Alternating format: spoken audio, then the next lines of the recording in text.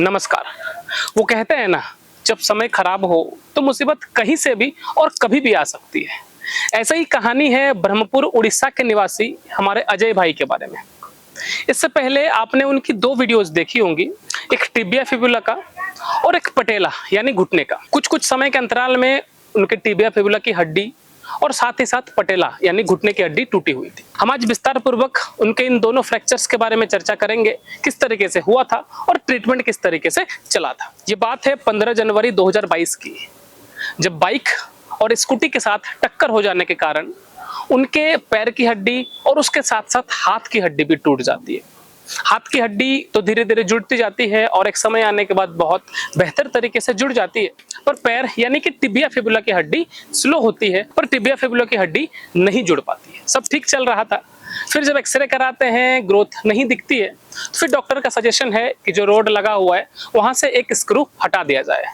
जैसे ही स्क्रू हटाया जाता है, कुछ दिनों बाद रॉड जो है वो ऊपर आ जाता है और वो घुटने से टच होना शुरू कर देता है। रॉड के ऊपर आ जाने की वजह से घुटना मुड़ गया। अब इस परिस्थिति में डॉक्टर रीसर्जरी करते हैं और वो रॉड को भी रिमूव कर देते हैं। लगभग 3 महीने के बाद डॉक्टर ने LRS सेट कर दिया।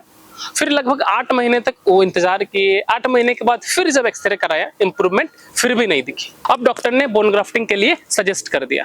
वो बोन ग्राफ्टिंग नहीं करवाना चाहते हैं, तो उनका ट्रीटमेंट शुरू होता है झार आयुर्वेदा। फिर थोड़ी बहुत मुश्किलों के साथ ऊपर नीचे होते हुए लगभग 3 से 4 महीना में उनकी टिबिया फिबुला की हड्डी जुड़ चुकी थी। पेशे से वो ट्रक ड्राइवर हैं, वो ट्रक चलाते हैं। इसी क्रम में जब हड्डी पूरी तरीके से जुड़ गई थी टिबिया फिबुला की, अपने काम पर वो वापस लौटे और विशाखापट्टनम से केले लाने के क्रम में ट्रक से रात को लगभग 1-2 बजे वापस से उनके साथी जो थे वो ड्राइव कर रहे थे और उस वक्त छोटी सी दुर्घटना और हो गई, जिसमें उनकी पटेला यानी कि घुटने की हड्डी क्रैक हो जाती है। पर अब उन्होंने दूसरा ऑप्शन बिल्कुल नहीं चुना, सीधे बात किया झार आयुर्वेदा से और उसके बाद उनका ट्रीटमेंट लगभग 1 से 1.5 महीने झार आयुर्वेदा में चला।